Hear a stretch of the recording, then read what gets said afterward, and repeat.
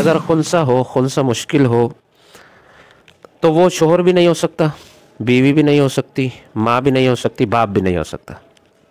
اگر شوہر ہوگا تو حدیث میں آتا ہے لعن اللہ المخنثین من الرجال، کہ اللہ تبارک و تعالی لعنت فرماتے ہیں ان مخنثوں پر جو مردوں میں سے ہوتے ہیں، یعنی ہوتے مردوں میں سے ہیں لیکن وہ عورت بننے کی کیا کرتے ہیں؟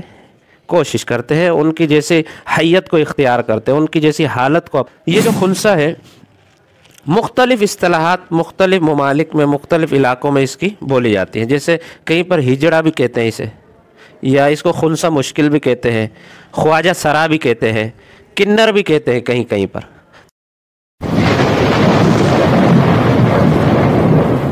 اعوذ باللہ من الشیطان الرجیم، بسم اللہ الرحمن الرحیم، سبحانک لا علم لنا الا ما علمتنا انک انت العلیم الحکیم۔ آج علم میراث کا 35واں سبق ہے۔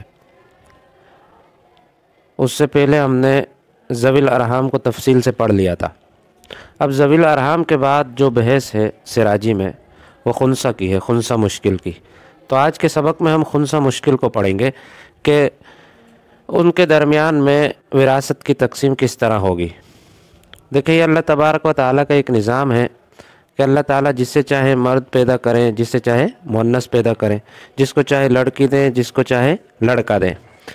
لیکن کبھی کبھار ایک ایسا بچہ بھی پیدا ہو جاتا ہے کہ جو نہ لڑکی ہوتا ہے نہ لڑکا ہوتا ہے، یعنی بات واضح نہیں ہوتی کہ اس کے اوپر لڑکے کے بھی اثرات ہوتے ہیں اور لڑکیوں کے بھی کیا ہوتے ہیں؟ اثرات پائے جاتے ہیں۔ تو ایسے بچے بھی جو ہے نا اکثر جو ہے نا اللہ تبارک و تعالیٰ پیدا فرما دیتے ہیں کہ جن کے اندر دونوں علامتیں پائی جاتی ہیں، لڑکوں والی بھی اور لڑکیوں والی بھی، لیکن وہ کسی نہ کسی قسم میں داخل ہوتے ہیں، یا لڑکوں میں داخل ہوتے ہیں یا لڑکیوں میں داخل ہوتے ہیں۔ یہی وجہ ہے کہ اللہ تبارک و تعالیٰ نے اس کا ذکر قرآن میں نہیں کیا، خنثی مشکل کا ذکر نہیں کیا۔ وجہ یہی ہے کہ یا تو یہ ان کے اوپر لڑکوں کے اثرات، لڑکوں کی علامات غالب ہوتی ہیں جس کو ہم پہچان نہیں سکتے، یا ان کے اندر کیا ہوتی ہے؟ عورتوں کی، لڑکیوں کی علامات کیا ہوتی ہیں؟ غالب ہوتی ہیں، جن کی ہم پہچان کرنے کے قابل یا ہم پہچان کرنے پر قادر نہیں ہوتے۔ تو یہ کسی نہ کسی قسم میں داخل ہوتے ہیں، یا لڑکوں میں داخل ہوتے ہیں یا لڑکیوں میں داخل ہوتے ہیں۔ اسی وجہ سے اللہ تبارک و تعالیٰ نے ان کا ذکر قرآن مجید میں نہیں کیا۔ ہاں، البتہ ایک صورت یہ ہے کہ جدید ٹیکنالوجی ہے اور جدید طبی آلات کے ساتھ اگر معلومات کی جا سکے کہ آیا کہ یہ جو شخص ہے جسے خنثی کہتے ہیں، اس کے اندر مرد کی علامات غالب ہیں یا عورت کی علامات غالب ہے، اگر ایسی ٹیکنالوجی جس سے معلوم کیا جا سکے کہ اس کے اندر جو ہے نا مرد کی علامات غالب ہیں عورت کے علامات سے، تو پھر جو ہے نا اس کے اوپر احکام مردوں والے جاری ہوں گے۔ اگر عورتوں والی علامات غالب ہیں تو اس کے اوپر عورتوں والے احکامات جاری ہوں گے۔ ایسی اگر کوئی صورت بن جائے کہ جس کے ذریعے یا آپریشن کے ذریعے اس کو ایک جنس کی طرف منتقل کر دیا جائے، جیسے اس کو خالی لڑکی بنا دیا جائے یا خالی اس کو لڑکا بنا دیا جائے، اگر ایسی صورت ممکن ہو تب بھی جو ہے نا مسئلہ کیا ہو جائے گا؟ واضح ہو جائے گا۔ آپریشن کے ذریعے جس جنس میں وہ تبدیل ہوگی وہی احکامات اس کے اوپر کیا ہوں گے؟ لاگو ہوں گے۔ پھر اس کی دیکھیں دو قسمیں کر لیں۔ اچھا، اب یہ دیکھیں خنثی، یہ خنسن سے ہے۔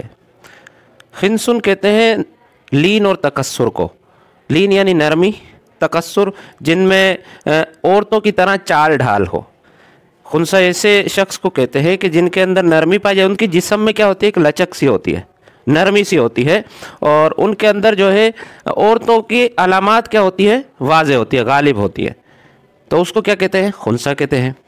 پھر اصطلاح میں خنثی اس کو کہتے ہیں کہ جس کے اندر مرد اور عورت دونوں کے عضو تناسل موجود ہوں، مرد کے بھی ہوں اور عورت کے بھی ہوں، تو ایسے کو کیا کہیں گے؟ ایسے شخص کو خنثی کہیں گے، خنثی، خالی خنثی۔ پھر اس خنثی کی دو قسمیں ہیں، خنثی واضح اور خنثی مشکل۔ خنثی واضح تو یہ ہے کہ اس کا واضح ہو کہ یہ مرد ہے، واضح ہو کہ یہ کیا ہے؟ عورت ہے۔ دیکھیں، خنثی اسے کہتے ہیں نا جس کے اندر دونوں عضو تناسل ہوں، مرد کی علامات بھی ہوں، عورت کی علامات بھی ہوں۔ مثال کے طور پر देखें एक खुंसा है, उसकी दाढ़ी भी निकल आई, ऐसा भी हमने देखा है, और उसके जो है सीने भी निकल आए, सीने भी निकल रहे हैं, साथ साथ दाढ़ी भी निकल रही है उसकी। तो ये देखें दाढ़ी का निकलना ये मर्द की अलामत है, और पिस्तान या सीनों का निकलना ये किसकी अलामत है? औरतों की अलामत है। तो दाढ़ी भी निकल रही है, उसके सीने भी उभर रहे हैं, और वो जो है मर्द और औरत दोनों जो है ना, दोनों किस्म के आले उसके अंदर मौजूद हैं। तो अब देखें अगर वो मर्द के आले से पेशाब करती है तब तो वो क्या फ़र्ज़ की जाएगी? मर्द फ़र्ज़ की जाएगी, और मर्दों वाली मीरास उसको मिलेगी, मर्दों वाले अहकामात जारी होंगे। अगर वो औरत के आले से पेशाब करती है या औरत की अलामात गालिब हैं उसके ऊपर, मिसाल के तौर पर उसकी शादी हुई, उसके यहाँ बच्चा पैदा हो गया। अब देखें बच्चा पैदा होना ये किसकी अलामत है? गोया ये औरत है। ऐसी कोई निशानी पाई जाए कि जिससे वाज़े मालूम हो जाए कि ये इस जिन्स की है, मर्दों में शामिल है या औरतों में शामिल है, तो फिर तो उसका हुक्म वाज़े। भाई उसकी शादी हुई किसी से और उसके यहाँ बच्चा पैदा हो गया, हालांकि दोनों निशानियां हैं, मर्द का तनासुल भी है, औरत का तनासुल भी है, उज़्वे तनासुल, लेकिन उसके यहाँ बच्चे की पैदाइश हुई, तो इसको क्या फ़र्ज़ करेंगे हम? औरत मुअन्नस फ़र्ज़ करेंगे। वही अहकामात इसके ऊपर क्या होंगे? जारी होंगे। वो जो मर्द का उज़्वे तनासुल होगा उसको एक ज़ायद हिस्सा फ़र्ज़ करेंगे, जैसे इंसान के हाथ में एक उंगली ज़ायद होती है, बिल्कुल इसी तरह उस उज़्व को भी क्या फ़र्ज़ करेंगे हम? ज़ायद फ़र्ज़ करेंगे। या इसने शादी की मर्द होने की हैसियत से, है खुंसा, इसके अंदर मर्द के आला भी है, औरत का आला भी है, इसने शादी किसी औरत से की और ये बाप बन गया। अब देखिए ये बाप का बनना ये किस बात की अलामत है? कि ये क्या है? मर्द है। अगर कोई ऐसी सूरत हो कि जिसमें बिल्कुल बात वाज़े हो जाती हो, इसका हुक्म पता चल जाता हो कि भाई ये मर्द है या ये क्या है? औरत है, तब तो हुक्म बिल्कुल वाज़े है, इसमें किसी किस्म की कोई शक व शुबे की गुंजाइश नहीं है। वही अहकामात उसके ऊपर क्या कर देंगे? हम लागू कर देंगे। बसा औक़ात ऐसा होता है कि उसका वाज़े होना मालूम नहीं होता, जिसको खुंसा मुश्किल कहते हैं। खुंसा वाज़े तो आपने समझ लिया कि जिसकी अलामात को देखकर जो है ना वाज़े मालूम होता हो कि ये मर्द है या ये क्या है? औरत है। लेकिन कभी कभार ऐसा होता है कि जिसकी अलामात जो है ना वाज़े नहीं होती, पता नहीं चल रहा होता कि ये जो है ना मर्द है, ये क्या है? औरत है। दाढ़ी भी निकली है और पिस्तान भी, उसके सीने भी निकल चुका है, दोनों अलामतें उसके अंदर क्या है? मौजूद हों। तो ऐसे बच्चे या ऐसे शख्स के बारे में शरीयत क्या कहती है कि इसको किस तरह मीरास मिलेगी? देखें ना, मर्द की अलामत भी है, औरत की अलामतें भी हैं, और दोनों उज़्वों से वो क्या करता है? बिलफ़र्ज़ वो पेशाब करता है। मालूम नहीं कि ये कहाँ से आ रहा है। हाँ, इसकी एक सूरत है कि अगर इसका ऑपरेशन कर दिया जाए, जदीद चूँकि तिब्बी आलात के ज़रिए एडवांस टेक्नोलॉजियाँ हैं आजकल, तो अगर ऐसे शख्स का जिसका मर्द और औरत होना मालूम ना हो रहा हो और उसको ऑपरेशन के ज़रिए एक जिन्स में तब्दील कर दिया जाए, फिर तो वो खुंसा मुश्किल नहीं रहेगा। अगर उसको मर्द बनाया गया है तो वो मर्दों के अहकामात उसके ऊपर जारी होंगे, अगर उसको औरत बनाया गया है तो औरतों वाले अहकामात उसके ऊपर जारी होंगे। लेकिन अगर किसी ने ये ऑपरेशन वगैरह ना कराया हो, वो इसी हालत में रहा हो और उसकी जो है ना जिन्स की भी जो है ना मालूमात किसी को ना हो कि ये मर्द है या क्या है? औरत है, दोनों अलामतें इसके अंदर मौजूद हों, तो फिर ऐसे शख्स को क्या कहते हैं? खुंसा मुश्किल कहते हैं। खुंसा मुश्किल की मीरास का क्या तरीका होगा? अब देखें, इसमें दो राय पाई जाती है। बाज़ हज़रात कहते हैं कि इसको जिस सूरत में सबसे कम मिल रहा होगा वो सूरत इख्तियार करेंगे, या जिसमें ये साकित हो रही होगी उसको इख्तियार करेंगे। ये बाज़ हज़रात की राय है, जिसमें इमाम अबू हनीफा रहमुल्लाह भी हैं और इसी पर फतवा है। सही है, और अक्सर सहाबा की भी यही राय थी कि इसको अस्वउल हालैन, ये अल्फाज हैं इबारत में, कि जो सबसे कम तर हालत होगी ना, जिस सूरत में कम हिस्सा मिल रहा होगा वो सूरत क्या करेंगे? इस खुंसा मुश्किल के लिए हम इख्तियार करेंगे। और बाज़ हज़रात कहते हैं, जैसे इमाम शाबी रहमुल्लाह, फिर ऊपर आप जाएँ तो सहाबा में हज़रत इब्न अब्बास रज़ियल्लाहु अन्हुमा, इनके साथ इमाम मोहम्मद और इमाम अबू यूसुफ़ रहमुल्लाह भी हैं एक कौल के मुताबिक।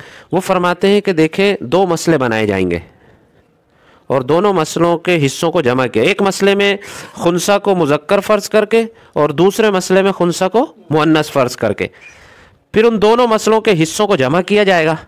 फिर और उन जमा शुदा हिस्सों का जो आधा होगा वो इस खुंसा मुश्किल को दे दिया जाएगा। یہ ان حضرات کی رائے ہے، اور امام ابو حنیفہ رحمہ اللہ کی جو رائے ہے اس کے مطابق بھی 2 مسئلے بنیں گے، لیکن وہاں پر ان حصوں کو جمع کر کے ان تمام حصوں کا آدھا نہیں دیا جائے گا، بلکہ جس صورت میں بھی کم مل رہا ہوگا نا اس کو وہ صورت کی اختیار کی جائے گی۔ اب کیا فرق ہو گیا ان میں امام ابو حنیفہ رحمہ اللہ کی رائے میں اور ان میں یہی ہے کہ دیکھیں وہ حضرات یہ کہتے ہیں کہ خنثی مشکل کو مرد کا بھی آدھا ملنا چاہیے اور عورت کا بھی کیا ملنا چاہیے، آدھا ملنا چاہیے، مرد کا آدھا بھی جمع کریں گے اور عورت کا آدھا بھی جمع کر کے جو حصہ بنے گا وہ اس کو دے دیں گے۔ لیکن امام ابو حنیفہ رحمہ اللہ کا جو مذہب، ان کی جو رائے ہے، ان کا جو قول ہے، وہ یہ فرماتے ہیں کہ دونوں مسئلوں کو بنا کر، خنثی کو مرد فرض کر کے اور خنثی کو مؤنث فرض کر کے، دونوں مسئلوں کو ہم کیا کریں گے، متحد کریں گے۔ متحد کرنے کے بعد جس مسئلے میں خنثی کو کم مل رہا ہوگا وہ صورت اختیار کریں گے، مرد کا آدھا یا عورت کا آدھا اس طرح نہیں کریں گے۔ یہ امام ابو حنیفہ رحمہ اللہ کی رائے ہے، ان کا قول ہے، اور اسی قول پر کیا ہے، فتویٰ ہے۔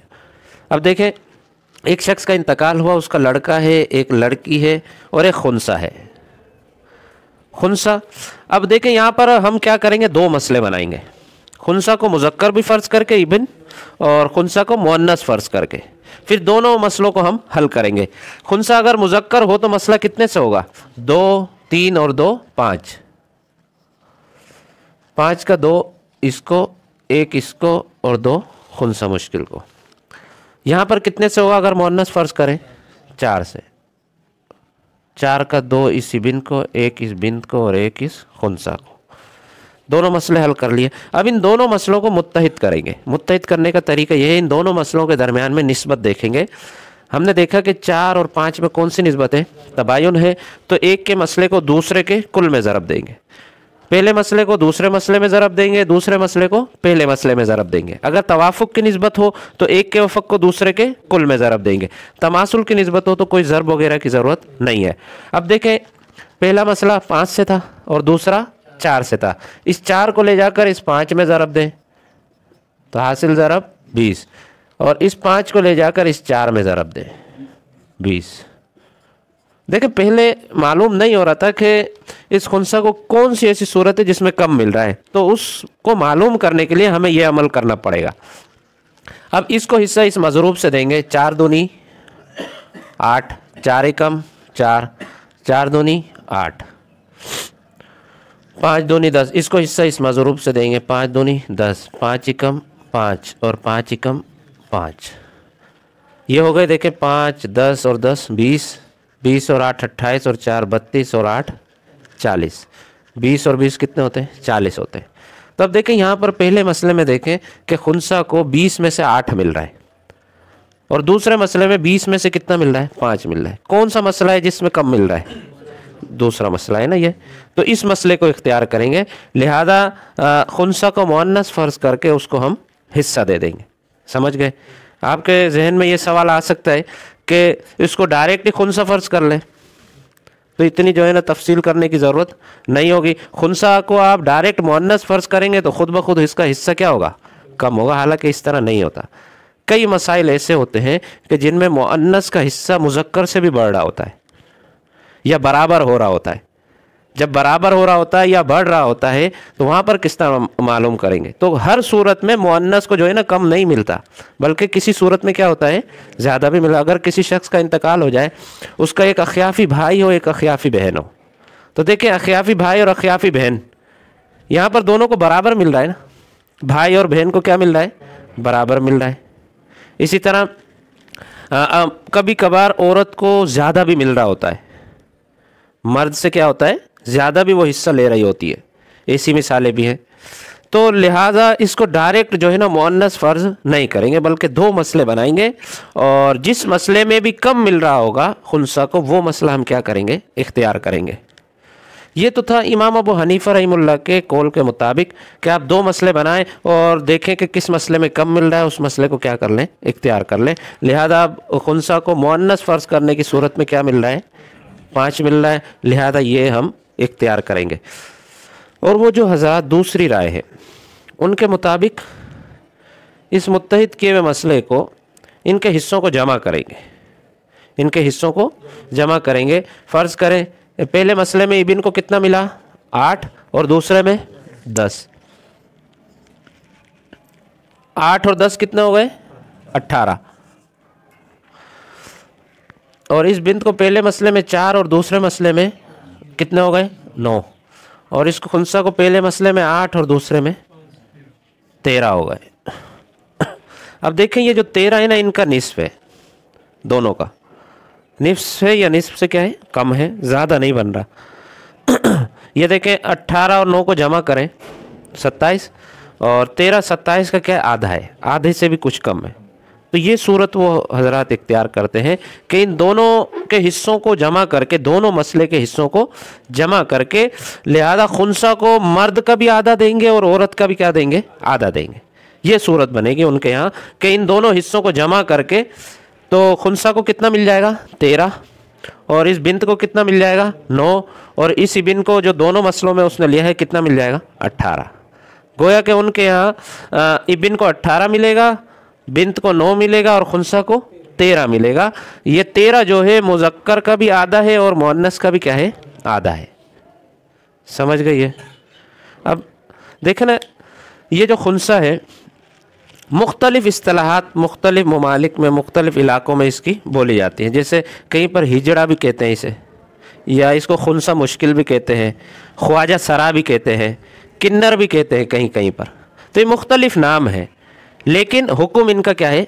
एक ही है। ये वो खुंसा मुश्किल है कि जो कुदरतन, जो पैदाइशी तौर पर क्या है, मुज़क्कर और मुअन्नस का आला लेकर पैदा हुआ हो, या जिसमें दोनों अलामतें क्या हो? पाई जा रही हो, पता ना चलता हो कि ये मर्द है या ये क्या है? औरत है। ये तमाम अहकामात उस खुंसा मुश्किल के हैं। अब जो आजकल जो हिजड़े या आजकल जो ख्वाजा सरा है, जो है तो मर्द, लेकिन उन्होंने अपने आप को औरत की जिन्स में बनाने की जो है ना कोशिश की हुई है, कि वो बनने की कोशिश करते हैं। हकीकत में वो औरत या उनके अंदर औरतों की अलामतें नहीं होती। तो ये जो है खुंसा मुश्किल के हुक्म में नहीं है, ये मर्दों के हुक्म में है। इनको मर्द ही फ़र्ज़ करके इनके ऊपर अहकामात जारी होंगे। हदीस में आता है लाअनल्लाहुल मुखन्नसीन मिनर रिजाल, कि अल्लाह तबारक व तआला लानत फरमाते हैं उन मुखन्नसों पर जो मर्दों में से होते हैं। यानी होते मर्दों में से हैं, लेकिन वो औरत बनने की क्या करते हैं? कोशिश करते हैं, उनकी जैसे हैयत को इख्तियार करते हैं, उनकी जैसी हालत को अपनाते हैं, उनकी जैसी चाल ढाल को अपनाने की कोशिश करते हैं। तो आजकल जो ये आप देखते हैं रोडों पर, बाज़ारों में या जगहों पर, जो होते मर्द हैं, और लेकिन उन्होंने अपने हुलिये को औरतों वाला बनाया हुआ होता है, चाल ढाल को, हुलिये को, ये मर्दों के हुक्म में होंगे, खुंसा मुश्किल के हुक्म में नहीं होंगे, ये औरतों के हुक्म में नहीं होंगे। समझ गए? तो ये जो हम बहस पढ़ी हमने, इस खुंसा मुश्किल से वो खुंसा मुश्किल मुराद है कि जो पैदाइशी तौर पर, जो कुदरती अल्लाह तबारक व तआला ने उसको दोनों अलामतों से क्या हो? नवाजा हो। मर्द की भी अलामतें उसमें हो, औरतों की भी अलामतें हो। तो ऐसे शख्स के बारे में ये अहकामात हैं। फिर दूसरी बात ये भी जहन में रखना कि अगर खुंसा हो, खुंसा मुश्किल हो, तो वो शोहर भी नहीं हो सकता, बीवी भी नहीं हो सकती, माँ भी नहीं हो सकती, बाप भी नहीं हो सकता। अगर शोहर होगा तो वो मुश्किल नहीं रहेगा, वाज़े हो जाएगा। सही है ना? इसलिए कि गोया कि वो मर्दों वाली अलामत है, उसमें क्या है? गालिब है। बीवी होगी तब भी क्या हो जाएगी? उसकी जिन्स वाज़े हो जाएगी, गोया वो औरत है। माँ होगी तब भी जिन्स क्या हो जाएगी? वाज़े हो जाएगी। इसलिए कि जब बच्चा दे दिया तो पता चला ये क्या है? औरत है।